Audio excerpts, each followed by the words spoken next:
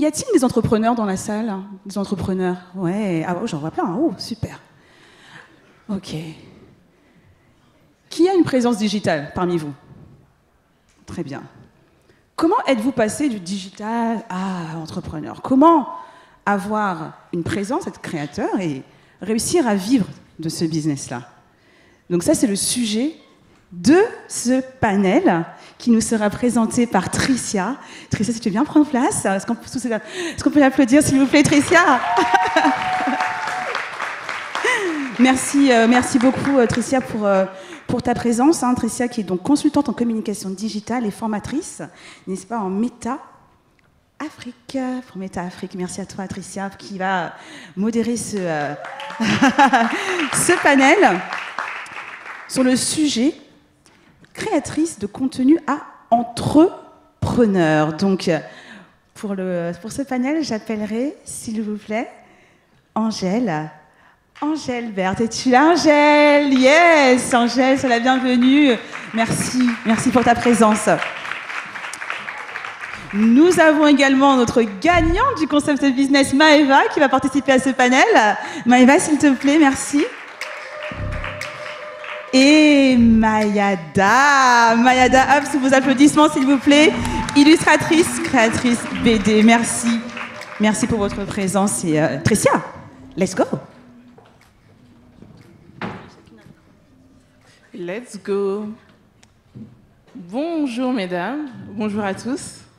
Donc aujourd'hui, on va aborder un thème, je pense que c'est un peu le sujet du moment, la création de contenu. On voit plein de créateurs de contenu et on se dit non mais j'ai l'impression qu'il y a de l'argent là dans cette affaire. Tout le monde crée du contenu et voilà, on entend beaucoup un tel est millionnaire, un tel a vendu des milliers de produits et a pu vivre de sa création de contenu. Donc aujourd'hui, on a 2 créatrices de contenu avec nous et on a une experte qui va intervenir sur des sujets bien précis. Le sujet qu'on va aborder, c'est de se dire, voilà, finalement, aujourd'hui, on a beaucoup de gens qui créent du contenu, mais pour créer le passage, en fait, à la création de contenu, on parle à des gens, on partage son expertise, on partage sa passion pour le dessin, pour le tricot, pour la mode, peu importe. Comment on fait pour faire ce switch-là entre je propose de la valeur, du contenu, et j'en fais un vrai business, et j'apprends à le monétiser, je gagne vraiment de l'argent. Donc là, on parle de vraiment en vivre, payer son loyer, ses factures, peut-être avoir du staff, des salariés, une équipe, et vendre aussi dans le monde. Donc vous allez voir qu'on a 2 types de profils aujourd'hui avec nous. On a Mayada, juste ici, qui est illustratrice et qui a commencé avec sa passion. Elle crée des dessins. Et voilà, elle a créé une communauté engagée. Et elle s'est dit que j'ai une communauté qui me suit. J'ai des gens qui me demandent mais pourquoi tu crées pas une BD? Pourquoi tu crées pas des produits tout simplement? Et elle a écouté sa communauté. Et elle va nous expliquer un peu comment elle a lancé tout ça. Alors bonjour à tous déjà. Du coup, moi j'ai commencé en 2009, donc vraiment avec l'émergence des réseaux sociaux. Donc j'ai commencé sur Facebook, ensuite sur Instagram. Et du coup, en fait, à l'époque, Facebook, c'était juste pour rester en contact avec ses amis, sa famille, etc.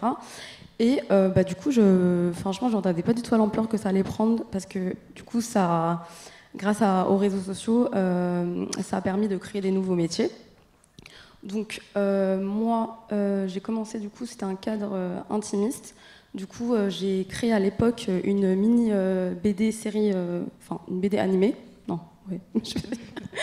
Et du coup, je l'ai partagée à mes amis et je partageais mes dessins, du coup, sur les thématiques de la vie de tous les jours. Je parle aussi de faits d'actualité. Et donc par la suite, en fait, peu à peu, ce cadre, en fait, s'il s'est élargi. Il y a eu des amis d'amis qui ont commencé à venir sur ma page et des inconnus. Et du coup, ils m'ont demandé la suite. Donc j'ai créé toute une saison sur cette série. Et du coup, en parallèle, j'étais à l'école, j'étais à la fac. Donc je faisais ça vraiment comme ça. C'était un hobby.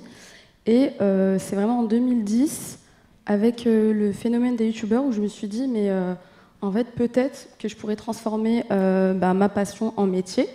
Comme je voyais les youtubeurs insérer des placements de produits dans leurs vidéos, je me suis dit pourquoi pas faire ça à travers mes BD. Et du coup, il n'y avait personne encore qui faisait ça, donc je me suis lancée. Et je me suis pas trompée parce que du coup, il y a des marques qui ont commencé à venir me contacter. Et du coup, c'est comme ça que l'aventure elle a commencé. D'accord, merci. Et peut-être que tu peux nous parler de ton projet, ton premier projet, ton projet à toi, ton produit finalement que tu as lancé. Je sais que quand on a des communautés, il y a plusieurs manières de monétiser un peu cette audience. La première chose, c'est les collaborations. Donc il y a des marques qui nous contactent et qui demandent à faire du placement de produits. Et il y a aussi des produits ou des services que vous pouvez créer. Et à ce moment-là, c'est à vous de vous lancer dans le parcours complet, d'avoir toutes les challenges, toutes les difficultés aussi liées à ça, et surtout faire en sorte que ça se vend, quoi, tout simplement. Donc, est-ce que tu peux nous parler de ça? Alors, mon projet BD, en fait, c'est vrai que c'était un rêve depuis que je suis toute petite. Genre, j'ai toujours voulu créer ma propre bande dessinée. Mais c'est vrai que c'est les réseaux sociaux qui m'ont vraiment aidée. Parce qu'à l'époque, je vais vous raconter une petite anecdote. J'avais mon projet BD que j'ai présenté à une maison d'édition dont j'avais pas du tout de followers, rien du tout. J'avais juste le talent. Et en fait, la maison d'édition, ils m'ont jamais donné de nouvelles. Et en fait, j'ai appris plusieurs années plus tard qu'ils ont carrément mis à la poubelle mon projet BD. Et en fait, cette même maison d'édition m'a recontactée une fois que j'avais cette notoriété que j'ai acquise sur les réseaux. C'était une petite revanche finalement. Donc voilà, applaudir, je pense. Voilà, c'est ça. Du coup, moi, c'est vrai que j'ai eu la chance, du coup, que ce soit les maisons d'édition ensuite qui m'ont contacté eux-mêmes, alors que c'est vrai qu'avec les années, j'avais ça en tête, mais c'était pas le projet que je voulais faire en premier. Et du coup, en 2020, quand les maisons d'édition sont venues me contacter, en fait, c'est moi, j'ai fait un choix. J'ai choisi parmi toutes les maisons d'édition et j'ai pu du coup créer ma propre bande dessinée en 2020. D'accord. Bravo, bravo. Merci.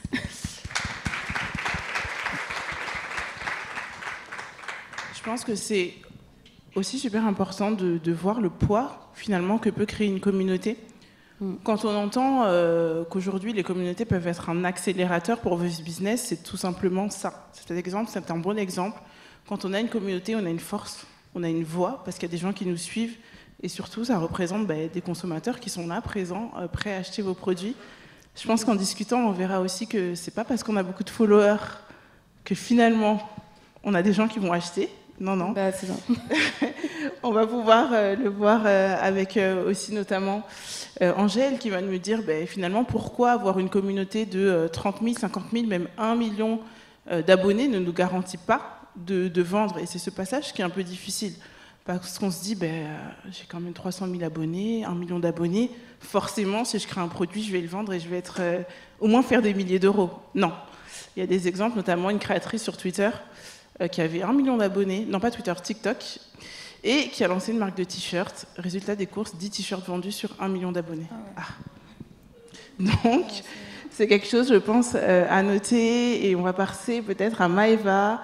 Elle, le profil, il est super intéressant parce qu'elle est vraiment venue sur les réseaux sociaux en se disant les réseaux sociaux, ça peut être une force pour mon business. Quel plan je mets en place pour dire, voilà, moi j'ai ma passion parce que Maëva, elle est commerciale grand compte, mais surtout, elle est passionnée de finances personnelles, comme vous avez pu le voir. Et elle s'est dit, tout simplement, et comme je pense, comme beaucoup de personnes dans la salle, j'ai mon projet, j'ai mon livre. Je vais faire un livre sur les finances personnelles. Mais est-ce que ça va se vendre et comment? Et je vais m'aider des réseaux sociaux. Et je pense que tu peux nous parler de ça. Oui, alors déjà, j'étais hyper étonnée que depuis 2009, tu as lancé ton projet. Parce que c'est très long. Moi, j'ai lancé mon budget bento en 2020. Et effectivement, quand j'ai lancé le compte, en fait, j'avais déjà écrit mon livre à peut-être 80 ou 90%. Et une fois que je l'ai écrit, je me suis dit, mais en fait, Maëva, tu vas le vendre comment ton livre? Parce que personne ne va taper livre de Maëva sur Amazon. Et du coup, comme dans mon livre, c'était vraiment focalisé sur la partie budget, mais pas l'investissement ou même le mindset, etc.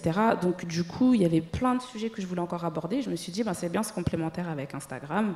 Et en plus, le format, il était vraiment adapté, puisque comme on est limité en nombre de caractères, tu es obligé de faire qu'une notion à la fois. Alors que les personnes qui parlent de finance ou d'investissement, en règle générale, c'est des blogs avec des palanquets de textes et ça peut être décourageant. Donc, du coup, c'est pour ça que je me suis lancée sur Instagram et je me suis lancée fin août, début septembre. Et je m'étais dit que j'annoncerais mon livre au mois de janvier. Et donc, j'avais un objectif très ambitieux d'avoir 500 abonnés. Et du coup, au mois de décembre, j'avais déjà 1500 abonnés, en fait. Donc, et quand j'ai lancé le livre, il a été très bien accueilli. Et aujourd'hui, j'ai vendu plus de 7000 livres en auto-édition. Merci. Et du coup, comme pour toi, moi, je voulais pas faire de l'édition dans les maisons d'édition, puisqu'en gros, avec les maisons d'édition, tu gagnais 1,50 €, en gros, par exemplaire. Et donc, c'est un peu ballot d'expliquer aux gens comment gagner de l'argent pour aller gagner 1,50 €. Et donc, du coup, j'ai fait de l'auto-édition. Là, je gère mon imprimeur. Enfin, je fais tout de A à Z. J'ai écrit mon livre sur Word. Souvent, on me demande « T'as fait comment pour lire ton livre ?» Je dis « C'est sur mon ordinateur, dans mon lit. » C'était le Covid, en plus, 100% télétravail. Donc, voilà. Et du coup, l'année dernière, il y a une maison d'édition qui m'a contactée. En fait, il y a plusieurs maisons d'édition qui m'ont contactée, je crois 3 ou 4. Dont une qui m'a fait une offre, mais c'était tellement ridicule. J'aurais dit... Pourtant, c'est un gros truc et tout, mais j'ai dit non. Et donc, au mois de septembre, donc là, il y a 3-4 mois, est sorti mon deuxième ouvrage, on va dire, parce que c'est pas vraiment un livre, c'est un carnet, avec une maison d'édition. Donc, c'est cool. Bravo. Merci. Bravo. Et d'ailleurs, je voulais en profiter pour remercier... c'est Gaëlle. C'est Gaëlle, hein, c'est ça? Gaëlle Prudencio, pouvez-vous vous lever, s'il vous plaît? Alors pourquoi, excuse-moi, je ne veux pas voilà, mais pourquoi est-ce que je parle de toi? Parce que je t'ai contacté quand quand la maison d'édition m'a contacté et je t'avais demandé, alors que tu ne me connais pas du tout, combien est-ce que tu étais rémunéré, enfin les pourcentages qu'ils te donnaient pour avoir une idée, parce qu'en fait, j'ai jamais travaillé avec une maison d'édition et tu m'avais très gentiment répondu. Donc, comment? Donc, merci beaucoup.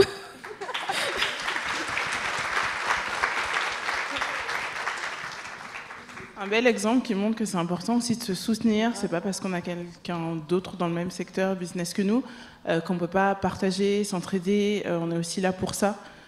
Créer des ponts, vous partager les clés. Et voilà, j'aime bien dire que on peut briller et allumer la lumière de l'autre aussi à côté. Voilà. Maintenant, je vais parler d'un sujet un peu brûlant avec toi, Angèle. C'est le fameux rapport du nombre d'abonnés et le fait de vendre ou pas. Là, on est avec 2 personnes qui ont créé des communautés. Est-ce que tu peux finalement nous partager un peu les erreurs souvent que font les entrepreneurs quand ils veulent monétiser, commencer à lancer leur marque sur les réseaux sociaux? C'est bien, on crée du contenu. On se dit, voilà, il est temps que je présente mon produit, mon service à cette communauté et que je décide de vendre pour ne pas faire de plop. C'est quoi les clés? Et après, on va peut-être aussi parler de toutes les 2 vos stratégies que vous avez mises en place parce que c'est un peu le dur pour faire en sorte que ça vende vraiment. Merci. Alors, bonjour à tous déjà. Et il y a un point qui est quand même à relever, c'est qu'il ne s'agit pas de produits digitaux exclusivement. Franchement, je pense qu'aujourd'hui, il faut le préciser parce qu'il y a beaucoup de créateurs de contenu, etc., qui se sont tournés vers ce business model de produits digital où on se dit « Ah, c'est facile du coup de devenir entrepreneur d'un jour à l'autre, de générer 10 000 € de chiffre d'affaires par mois et j'en passe les promesses ». Un point qui est important aussi, c'est le fait que les maisons d'édition, etc., vous ont contacté une fois que vos projets avaient été validés par les cibles. Et ça, c'est une erreur que font beaucoup de créateurs, surtout ceux qui ont une grande communauté. Ils se disent « Ah ben tiens, j'ai des personnes qui me suivent, j'ai des personnes qui sont engagées, j'ai envie de lancer un produit. » Mais sauf que le produit qu'ils lancent, ils le lancent pour eux. Ils ne le lancent pas forcément pour la cible. C'est-à-dire, ils ne valident pas déjà qu'il y a un intérêt, parce que ça doit les intéresser dans un premier temps, mais il y a aussi l'intérêt de la cible qui compte. Donc, un matin, c'est « j'ai une nouvelle à vous annoncer », un teasing, etc. Et c'est « j'ai lancé ma marque ». Quand il y a, je n'ai pas envie de dire aucun lien, mais quand on ne voit pas d'où ça sort, généralement, c'est assez compliqué. Ça, c'est le premier point. Maintenant, on sait très bien que les followers, ce n'est pas parce qu'on a 1 million de followers qu'il y a 1 million de personnes engagées. Je vois Mayada fait Donc, le point à prendre en compte, c'est vraiment de se dire, est-ce que l'offre que je crée aurait fonctionné même si je n'étais pas connue? Et je pense que c'est vraiment ça. C'est-à-dire que la notoriété qui arrive avec les comptes Instagram, TikTok, etc., doivent être un levier pour pouvoir propulser la qualité de ce qui existe déjà. Et beaucoup font le contraire, c'est-à-dire ils disent « Ah ben tiens, comme maintenant j'ai la notoriété, je vais lancer quelque chose et ce sera de l'argent, entre guillemets, facile. » Sauf que il n'y a pas d'argent facile. Donc une des erreurs, c'est ils ne testent pas leur offre. Les offres ne sont pas réellement structurées à la base. Ils se lancent comme ça. Et quand c'est un flop, c'est oui, je ne comprends pas, ma communauté, c'est l'algorithme d'Instagram. Il faut laisser l'algorithme d'Instagram en paix. Si les gens n'ont jamais montré un intérêt ou ne font pas un lien direct, parce qu'il y a aussi un storytelling à apporter.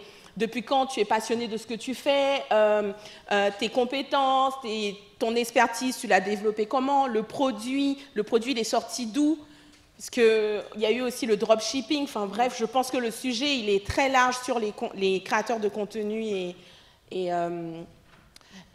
l'entrepreneuriat. Donc, il faut vraiment faire attention à ça. À se dire que la communauté, c'est une chose, l'audience, c'est une autre chose. Et ensuite, on a les clients. Et les clients, il faut les convaincre avec la confiance, avec la qualité et plein d'autres éléments. Bravo, Angèle. Je vous ai dit, c'est une experte. Hein. Merci. Maintenant, on va passer au vif du sujet. Peut-être que vous pouvez nous partager finalement, voilà, pour le premier lancement produit réussi, qu'est-ce qui a fait que ça a réussi? C'était quoi vraiment la stratégie sur les réseaux sociaux? Partagez concrètement le plan d'action que vous avez mis en place et surtout les erreurs que vous avez faites, parce qu'on est là pour apprendre de nos erreurs. Du coup, moi, comme c'était un lien direct avec ce que je faisais sur Insta, c'est vrai que il y avait de la demande du coup, parce que mes abonnés me demandaient oui, quand est-ce que sort ton livre, etc. L'erreur, c'était ensuite, avec la maison d'édition, comme tu disais, ils viennent vers nous parce qu'ils savent. Et en fait, comme tu disais, c'est pas parce qu'on a tant de followers qu'on va vendre. Donc, parce que sur Instagram, c'est gratuit, le contenu est gratuit. Donc c'est vrai qu'après, j'ai eu peur, je me dis, mais ça se trouve, elle va sortir à personne qui va l'acheter. Et donc en fait, la stratégie, c'était, du coup, on a fait... il y a eu un autre truc aussi, c'est qu'ils ont beaucoup compté sur moi pour la communication. Je suis OK, c'est pas parce que j'ai tant que c'est à moi de faire le travail. Donc en fait, heureusement, j'ai été accompagnée de mon agence Smile. Voilà. Merci Smile. Donc voilà, on a fait une stratégie avec les influenceurs. On a envoyé les BD en avant-première. Donc ensuite, ils ont fait des publicités. Donc ça a permis de renforcer aussi la communication. C'est très important parce que voilà, t'arrives... moi, ma maison d'édition, ils m'ont promis beaucoup de choses. Hein, comme, oui, on a 110 médias, t'inquiète même pas. On arrive en septembre, la sortie était en septembre. Finalement, non, en fait, finalement, on n'a rien. OK. Donc, en fait, c'est nous-mêmes, on est partis chercher à droite, à gauche. C'était... la promo, on l'a fait le mois même, quoi. Alors que, normalement, ça devait commencer 2 et puis 3 mois. Donc, c'est vrai qu'il y a eu beaucoup de difficultés, de stress, mais au final... le jour J, tout le monde... il y avait beaucoup de gens qui ont acheté. Et, le premier mois, on était à, je crois, 7000 exemplaires vendus. Waouh. Donc ça va. 7000 exemplaires vendus en 1 mois. Bravo. Mais voilà, c'était beaucoup de travail. Donc, s'il faut résumer, donc attention aux collaborations que vous faites, avec qui vous vous associez. Ne pas tout miser sur le partenaire. Vous aussi, avoir une stratégie de communication, de commerciale. Et pas juste se dire, c'est pas parce que, par exemple, je travaille avec un influenceur que c'est lui qui va faire tout le travail, il va vendre grâce à ses abonnés. Non. Attention aussi au type d'influenceur avec qui vous vous associez, avec qui vous collaborez. On a fait un tri. Voilà. Donc toi, peut-être que tu peux juste nous donner la petite indication de quel profil tu as choisi et pourquoi en termes globalement.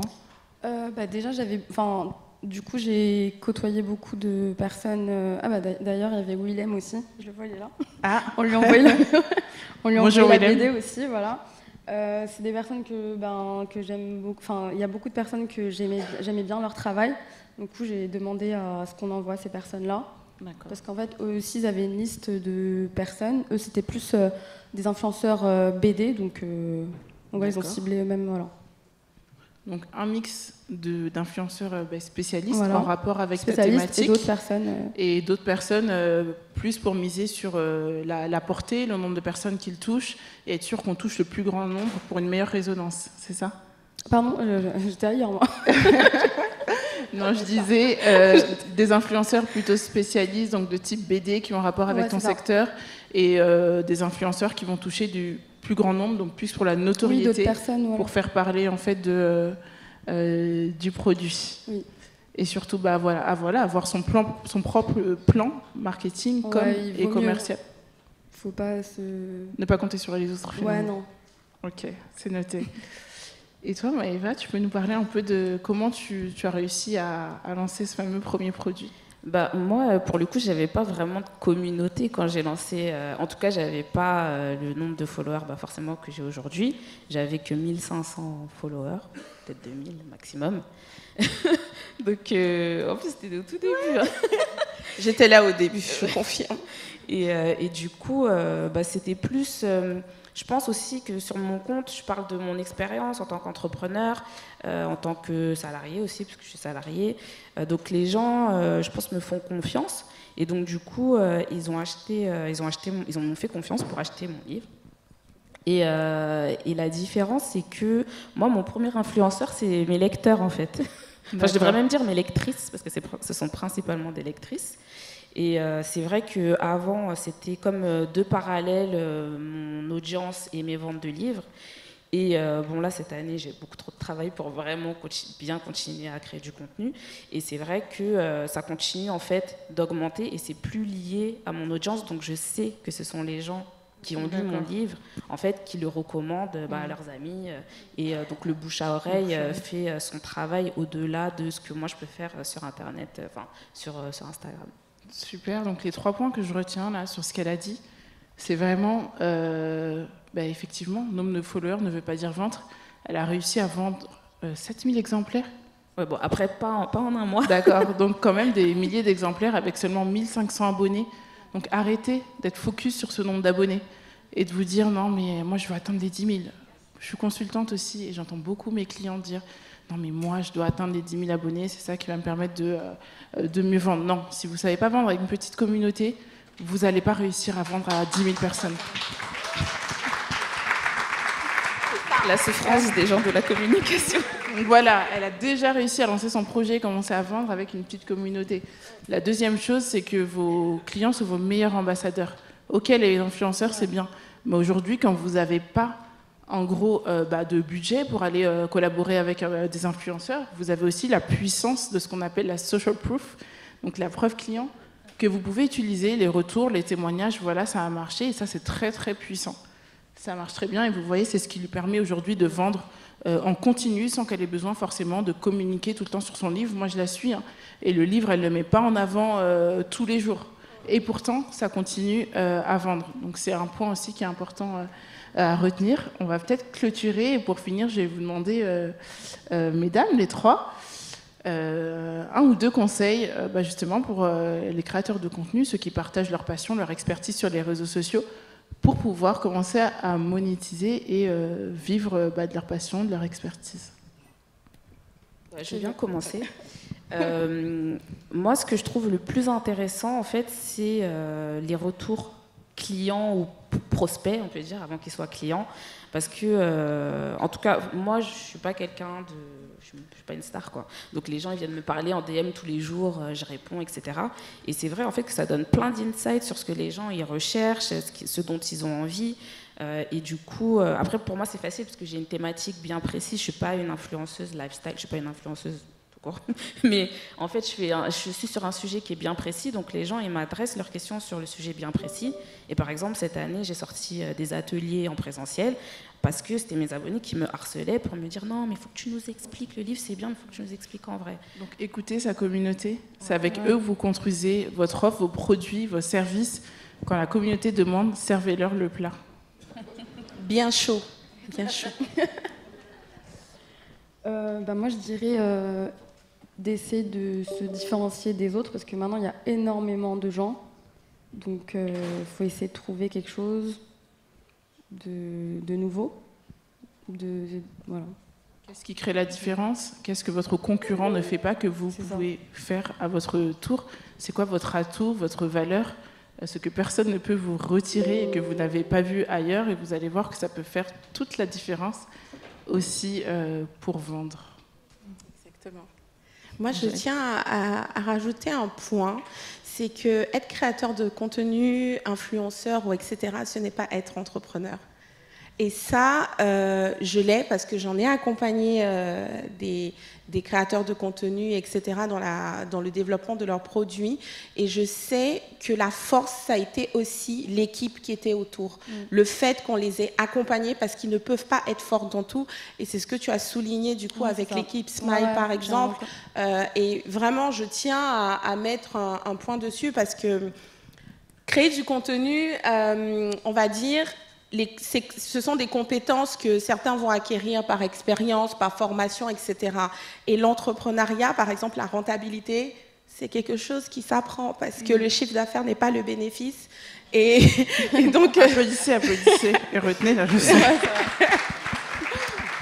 Et c'est important vraiment aujourd'hui de se dire, ok, je lance mon entreprise, mais quel est mon but derrière? Si je le fais pour vraiment... on va dire, demain, je ne veux pas dépendre que des marques aussi. J'ai envie de, si ça s'arrête ou si j'ai envie de quitter les réseaux, que je puisse continuer à générer des revenus, en fait, par rapport à quelque chose que j'ai créé. Et par rapport à ça, c'est indispensable quand même de se former ou de se faire accompagner avec une équipe, que ce soit pour les fournisseurs, que ce soit pour les maisons d'édition ou bien la communication, la structuration, etc. C'est vraiment important, et proposer la qualité. En fait, ce n'est pas une option. La qualité dans tout, dans le produit, dans l'expérience client, dans tout, de A à Z. Il ne faut pas que la qualité soit mise en dernier par rapport au prix. Du genre, bon, comme je veux essayer de réduire un peu le coût de revient, à ce moment-là, c'est pas grave si on enlève ça par rapport à la qualité. Non, parce que la qualité va toujours être le point qui va faire qu'un client va soit revenir, soit vous recommander.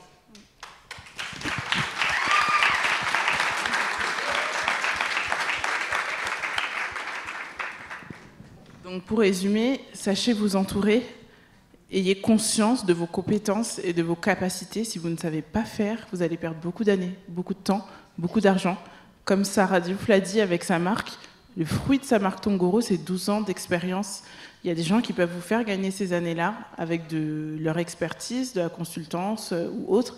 Donc n'hésitez pas à investir. Je sais que ça fait mal, oui, mais non, mais c'est trop cher. Pourquoi ? Mais c'est ces gens-là qui ont la clé, en fait, de finalement de où vous voulez aller. Ça va vous faire gagner des années. Parfois, je vois des entrepreneurs qui restent là 3 ans, 4 ans, 5 ans. J'essaye des choses, mais ça ne marche pas. Au bout d'un moment, il faut te faire aider. Donc voilà, formez-vous et entourez-vous bien. C'est important. C'est la fin de ce panel. Merci à tous.